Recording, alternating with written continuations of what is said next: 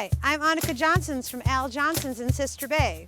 I hope you enjoy my new video series called Door County Girl. These are stories of my life, the people and places that I love, and of course how we all survive here in northern Wisconsin. You can come back as often as you like, but don't forget to subscribe to Al's YouTube channel.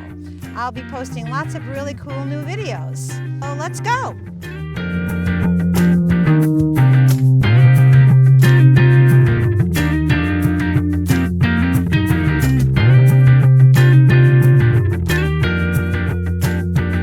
Welcome to another episode of Door County Girl. I'm back with my brother Rolf. Yep.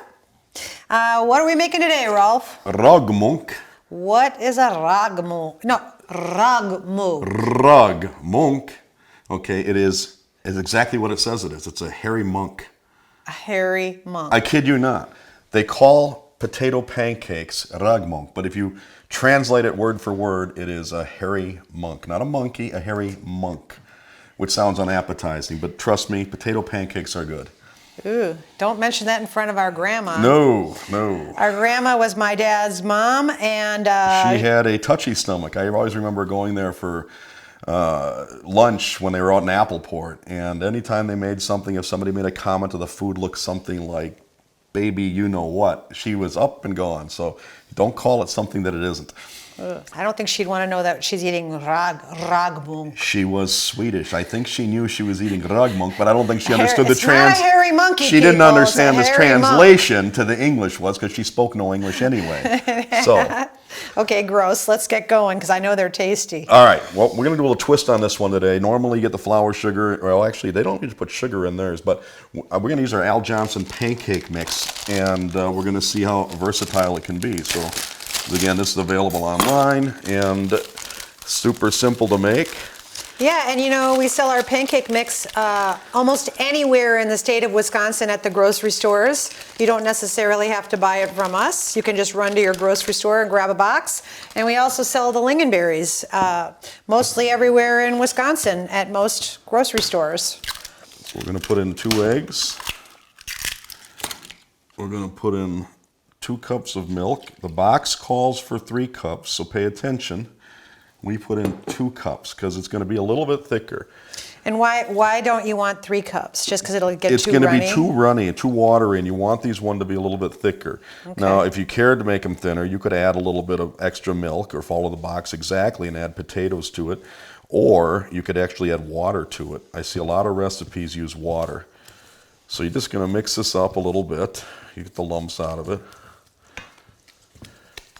And eventually, we're going to grate some potatoes in here.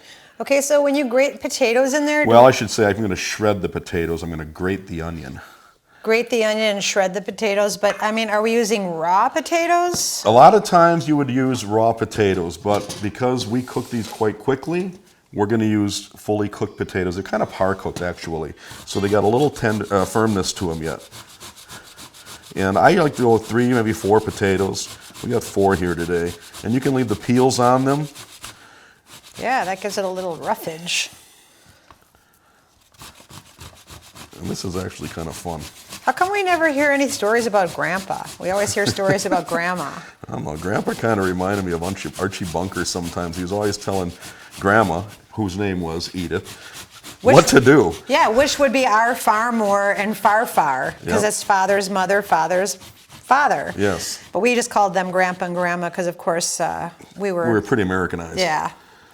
And she'd have to run and get his cigarettes and run and Everything. get his... I mean, what the heck? Everything. Well, we didn't see it as unusual. But you know what I loved to do, though? I loved when Mom and Dad went out of town and I got to stay up at his house. It was the first time I ever saw a hideaway bed inside of a couch, and I thought that was pretty cool. Oh, you stayed on the hideaway? Yes, and the TV was in the living room, so I got to... I think I stayed there once with you. We watched a scary movie there one time. Do you remember that? Which one was it? I don't remember the name of the movie, but I just remember... Was it called Lilon? No, Lilon was a scary dog that they had.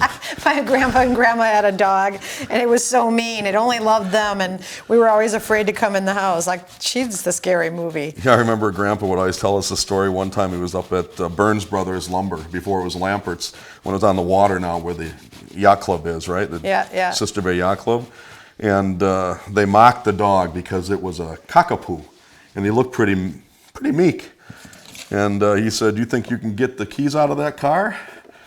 And he said, "I can get the keys out of that car." One of the lumber guys there. She wasn't a very big dog. No. She just was a... And he goes, "I'll bet you $10 you can't." And the guy tried to get in there, and he got 10 stitches instead of $10. And they probably didn't have to put their dog down. Not back then. That's funny. Most people laughed, and he got Plus, bit. he was in his car. Yes, protecting his masters. Yeah. Oh, look at that. That looks delicious. So it's nice and thick. And I would like to let this sit for a small period of time. So I do have another one I made earlier to save us some time, exactly the same way. And we're ready to go on those, but we're going to. So I was going to ask you a question about that. So you have your potato pancake recipe right here, and we don't put anything else in them really. We put chives in them, maybe. We're going to put the onion in there. Is going to give that flavor. Some people like to put a little onion powder instead, but I think a green onion would be nice in there to give it some color. You might be able to do that after. Or you could just sprinkle it with chives if you needed to. Yeah. Now, if you wanted to make these and put a little cheese in them, would that be tasty? Yeah, I think maybe cottage cheese would be a good one. Ooh, I didn't think about that. You know me, I love sharp cheddars. I would say grate a little cheese there. But that's a whole nother ball game. I used to have this recipe book when I was going to school in California, and I don't know who gave it to me, but it said it was cooking with 5 ingredients or less for one person. And I used that thing until the binder wore off it, because it basically, it's like going to school. You are cooking just for yourself. Yeah, I guess so. Not me. I just grab a box of cereal, good thing of milk, and whoop, there you go. Have a little dinner. You know what? Some people might call that cooking. That's cooking. I was the best cook at that. Now, when we were little kids and we would work in the kitchen, what would we always do when you were chopping onions? Cry? Yeah, but what would we wear so we wouldn't cry? Goggles. Ski goggles. Yeah, and then I remember one time I brought in my scuba diving mask because I thought, well, that's going to stop it. And for the most part, it did. I had this one guy, he used to stick a matchstick, paper matchstick on his upper lip. He claimed that stopped it. I'm like, I don't know how that would stop it. What is that all about? I don't know. Other people would only cut the onions under cold running water. I suppose that might work. I say ski goggles. Yeah, ski goggles. They work great. There's probably a photograph of us somewhere in the kitchen wearing. I remember you and And remember they were the old Jean-Claude Keely ski goggles that you got at North Ski Ridge? Yes. You know what? I got the last pair of those, maybe outside of Mitch Larson. He might have one later. Yeah, I just saw a really cool pair of Stein Eriksen sunglasses that I wanted. That are. I thought you bought a pair of Stein Eriksen head skis one time. I do have a pair of those. And I bought them for like $30 at Algoma at that thrift store where when you go into the thrift store, there's a big sign in the window that says, "Kids not welcome." Oh yeah, I've been there. I'm like, what? You guys got to wait out in the car. No kids allowed. Well, so we got this mixture right here, right? It's the same as the one I have here, which sat for a little bit, okay? Oh yeah. I got a stove here with a griddle on it, and I do need a little spray, so I stepped out of there for a moment. They're a little sticky, right? Well, they can be. Nothing's better than that sizzle, is there? I love that. It reminds me of making hash browns, but they're not. We serve these at the restaurant, but there's some rules about potato pancakes, people. If you want the special treat of having potato pancakes at Al Johnson's, follow me closely. You can only have them in the winter months. Those are the times that we're open 7 to 3. And you can only get them from 7 a.m. till 11 a.m. And you can only get them on weekdays. So, and the reason is they are a little bit time consuming and it slows us down on the line. But if it's strictly a breakfast item, we have a spot for it on the cook line. So just keep that in mind if you come in for a late afternoon lunch and you say, I want potato pancakes. Yeah. Good luck. Yep, you're too late. But, people come in that are locals. They can't wait for February because we started it in February. And we didn't even have them early like this. Right, and then the other thing they come in for is a haystack. That's a popular item, too. Yeah, that is a good map. I think these are better. I know they're always like, when are the potato pancakes going to be available? We do a lot of them to go. You can curbside potato pancakes. And you know what today, in Germany, it's tradition. You have applesauce and sour cream. Sour cream's always good on any kind of potato. And the Swedes were masters at using potatoes to stretch out just about any item. So maybe that's how this came about. But today I'm going to try mine with some raspberry jam. Wait, getting back to that applesauce and sour cream, do we serve it? We serve it that way, and I suggest ask for lingonberries. Yeah. If You they didn't can't bring them go to the wrong table. with lingonberries on everything because it's just delicious. And I like to give the dish of lingonberries when I'm serving people. Right. I'll bring them. The applesauce comes on the side anyway, and so does the sour cream, so they're optional. But lingonberries on them are fabulous. And I would say, just by observation, I would think that most people that try the lingonberries at Al's ends up buying a jar of lingonberries for later. And I don't know if anybody's like not used to coming here and hearing us banter on and on about the lingonberries. But they are that good. Well, what's a lingonberry? Well, it is like a cross between a currant and a cranberry. Some places they call them mountain berries. I do think they have a version of them up in the higher elevations in Canada and some places in Colorado and stuff like that. But ours come from Scandinavia. Yeah, and again... And I like to say, by the way, Freddie picks these himself. I don't mean he goes out there and picks the berries, but he goes over there and he picks the supply. I could just see that. Freddie, you got to pick a year's supply of some berries, lingonberries. But they only grow wild, and he goes to inspect the batch and before they put them in the jar for us. And he's pretty picky. Yeah, they're Actually, wild, he's very organic, picky. and they don't have a lot of sugar in them, so that's a bonus. So I took the liberty to make a number of pancakes beforehand we started, right?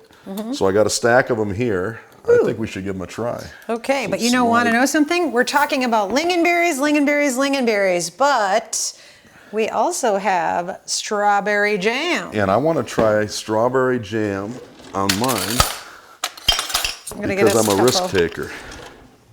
Get us a couple utensils.